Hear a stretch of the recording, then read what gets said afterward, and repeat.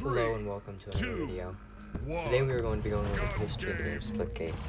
It's a game I've played a couple times on this channel so far, making it perfect for the second episode of my deep dive series, where I take a subject in a game and provide way more information than anyone needs, so I hope you enjoy it.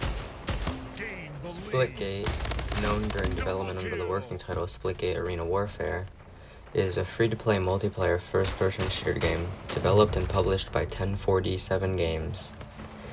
It was released in early access on May 24th, 2019, on Microsoft Windows for Steam, and on Xbox One and PlayStation 4 on July 27th, 2021. A PlayStation 5 and Xbox Series X version came out in 2022. On August 25th, 2021, the developers announced that the game would stay in beta indefinitely, and at the same time, they released Season 0. The game revolves around a Halo-inspired sci-fi combat in battle arenas where players can create wormhole portals between 2 points on the map that have been compared to those of the Portal series, and fire weapons or travel through said portals. The game was developed by Nevada-based 1047 Games. Its co-founders, Ian and Nicholas, started working on the game as a school project while they were attending Stanford University and studying computer science. Inspired by Portal and Portal 2, they believed that its mechanic would translate nicely into other video game genres.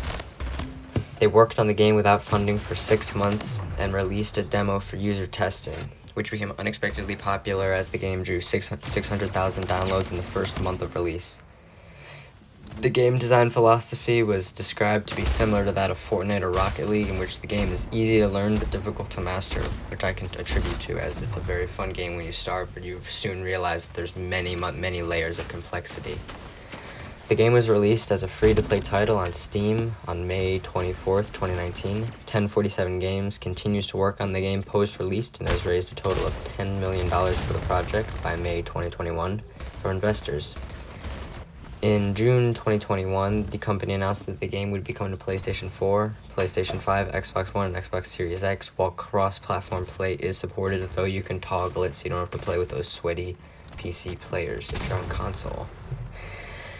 While Splitgate struggled to maintain a viable player base after its initial early launch success in 2019, the game saw a significant surge in players when the game beta launched in 2021.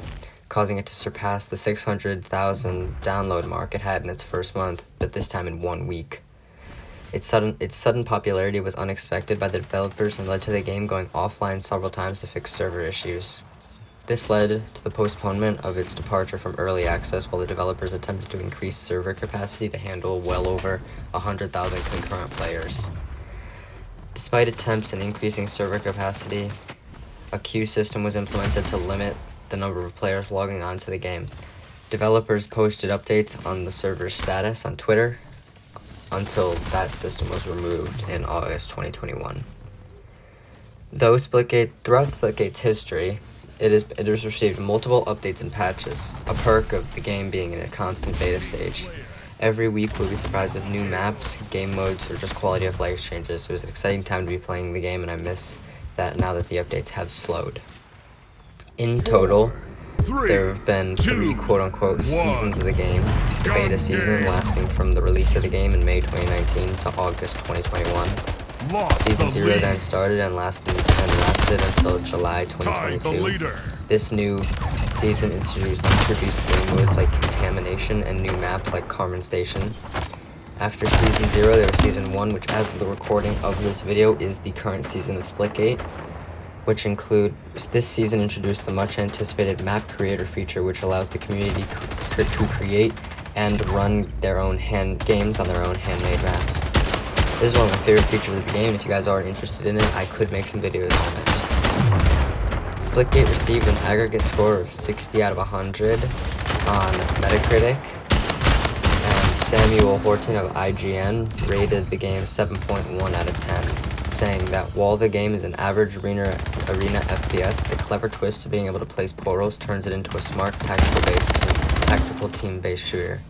However, he could criticize the game's bland maps and its low player count, which made it difficult to create balanced matches, as you can see where few are sometimes put into matches with people much above your skill level, which won't be fun. That only happens Tied the sometimes. leader. Alex Santana Maria of Game Revolution rated the game 70 out of 100, calling the gameplay impressively solid, but saying it needed a bit more visual flair. And comparing the game's armor design to forgotten also rans like Section 8. New Straight Times rated the game 7 out of 10, which seems like it's being around the 7 out of 10, 70 out of 100 range is where most people rated this game, calling the game decent, but still needing more content and maps. Polygon included Splitgate on under its list of what they consider to be the best games of 2021. Cool, because it really was then. It was exploding. Splitgate's base mechanics are similar to those of Halo 3's multiplayer mode, with no classes or perks, setting it apart from other popular FPS video games. The game's unique core mechanics is the ability to spawn portals onto portal walls. These gateways can be used as strategical to outsmart and outplay the opponents by flanking them from behind, navigating to a better position for combat, or to quickly flee from a dangerous position. Splitgate uses standard FPS controls, which allows the players to have gameplay knowledge in other FPS games to easily learn how to play Splitgate.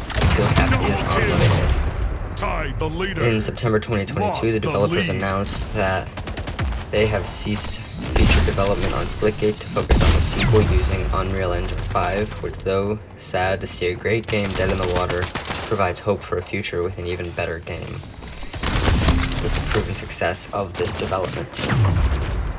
Thank you for watching to the end of the video. Stay tuned for next week's deep dive video, which will most likely be a multi-part video where I break down the history of first-person shooter video games. If that performs well, then maybe I'll undertake the long process of breaking down the history of all video games. That would be a very long video, so maybe.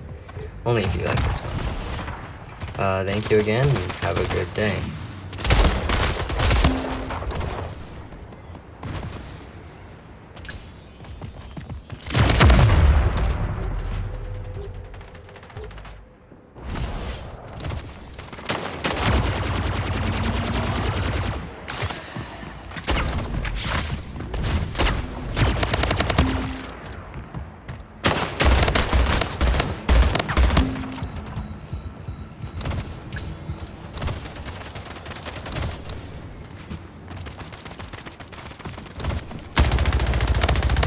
Slayer.